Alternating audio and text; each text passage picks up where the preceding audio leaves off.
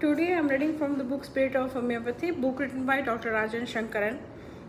Philosophy part 14, Modality, Sensation and Location. Under modality, disease is delusion. Delusion create condition which is terms result in a restriction of movement. The closer a factor is to original situation of the remedy, the more it will aggravate the state. The further away it is from situation of the remedy, the more it will ameliorate the state or be indifferent.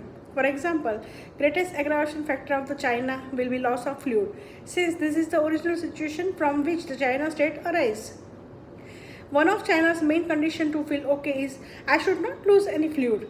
Mentally, the original situation of lycopodium is one when he feels he has no power. Therefore, anything concerned loss of power will aggravate him, and anything concerned a gain of power will ameliorate him. So, what do aggravation and amelioration shows? They show restrictions, the need to be or not to be in a particular way in order to feel okay. This is directly connected to your perception of situation. So, medicine are directly associated with the original situation. Example, the basic delusion, and for his reason they are most important. Modality are also usually the least connected with the pathology. For example, there can be an explanation for why a particular throbbing sensation expresses itself in a particular location, but it will be difficult to explain why it comes at 2 p.m. This is why in medical textbook you will hardly find any modalities. Modalities are connected more with the state than with the pathology. Now under sensation, in the mind, sensation are feelings. In the body, they are type of pain or the sensation experience. These feelings are always in tune with the basic delusion. They are always appropriate to the original situation of the state. For example, if the original situation is ship sinking in the sea, then naturally the associated feelings are going to be ones which help the person survive. Like modality, they too cannot be explained by the pathology. However, the difference is that they are more difficult to describe than are the modalities. What exactly you feel, you may not be sure of, but when and under what circumstances you feel it, you usually know and you will be sure about. Modalities and sensations have another things in common in that they directly relate to the both mind and body. Modalities usually link mind and body together since they are usually common to both. For example, a person who feels worse from movement mentally also feels worse from movement physically. Similarly, but to lesser extent, the sensation can be related, such as connection become much more difficult to observe in case of location. Now under location, with a strong tendency to pathology, a state has very little choice left in terms of the pathology to produce.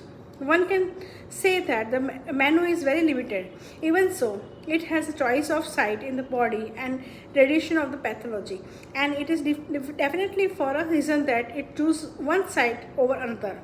For example, in case of leukoderma, it may be shown on the face or the arm, or in the case of paralysis, it may occur in the right or left side and begins with the arms and legs. The site chosen will be in tune with the central disturbance.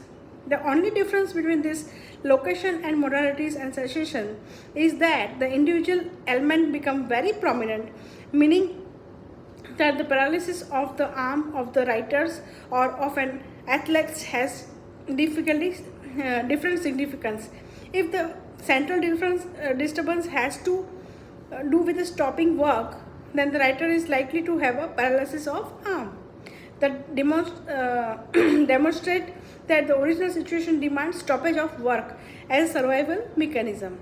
Whereas in the athlete, the same central disturbance will produce paralysis of the lower limb. Therefore, when we see the peculiarity or the individuality of the location in any particular illness, we have to ask what that particular location means for that particular individual in terms of how it restricts his space or his freedom to move. It then become like a modality or sensation. The second type of location is one which is not based on pathology. For example, weak feeling in the lower limb. In such a case, it becomes much more significant since it is directly concerned with the original situation. The condition for feeling okay and the limitations of the movement caused by such a location.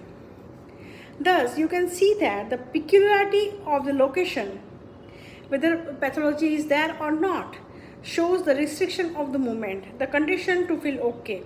Example, the adaptation to the original situation of the state. So, location itself is a sensation, also a modality, and in reality, there is no difference between these three. All are based on the same. That is the basic delusion, and all three represent the condition for feeling okay.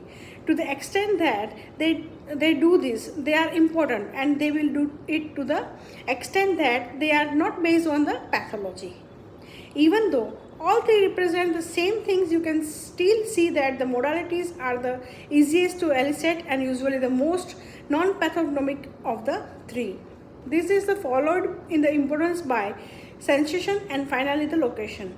Despite this classification, we must restrain our ability to see all three as one and the same. For example, a person with a desire to keep quiet, aggravate from talking, and the feeling that the vocal cord are paralyzed is expressing the same thing in three ways. Namely that his original situation demands that he should not talk. In fact, he may mention this as a location or sensation or a modality. But in essence, it is one and the same.